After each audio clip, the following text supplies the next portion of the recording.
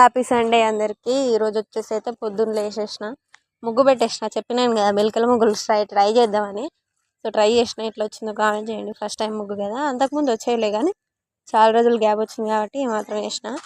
తర్వాత ఇంట్లోకి వచ్చి మళ్ళీ కొద్దిసేపు పండిన, ఎందుకంటే ఈరోజు సండేనే కదా, ఏం చేస్తాం లేక చేసి ఇక బయటికి వాకింగ్ కూడా వచ్చినారు ఈరోజు గ్రౌండ్లోకి. అసలు ఫస్ట్ టైం నేను సన్ రైజెస్ చూసిన హైదరాబాద్ వచ్చి, ఎంత బాగా అనిపించిందో. కానీ వీడియో అయితే తీసుకోలేదు, నెక్స్ట్ టైం చూపిస్తాను మీకు గుణంగా.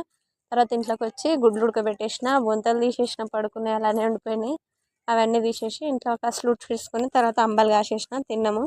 తర్వాత ఈరోజు మా అత్తమ్మ వాళ్ళు అన్న వాళ్ళ ఇంటికి వచ్చారా బాబు, ఈరోజు సండే కదా స్పెషల్గానే వచ్చారు. సో ఈరోజు అయితే రైస్ కుక్కర్ తీసుకున్నారా బాబు, ఎంత గొడవ అయింది మా ఇద్దరికి.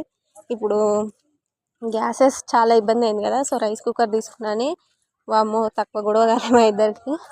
కానిలేండి, మనం ఎలాగున్న రైస్ కుక్కర్ని ఈజీగా ఎలా యూజ్ చేయాలో చెప్పి చూపిస్తాను. నేను ఎట్లా యూజ్ చేస్తాను కూడా చూపిస్తాను మీకు. తర్వాత గిన్నెలన్నీ తోమేసుకున్నాను. తర్వాత చపాతీలన్నా చేద్దాం అనేసి రైస్ ముందే పెట్టేసిన కాబట్టి చపాతీలకు ఎత్తి పిండి తడిపేసినాను. సో చికెన్ కూడా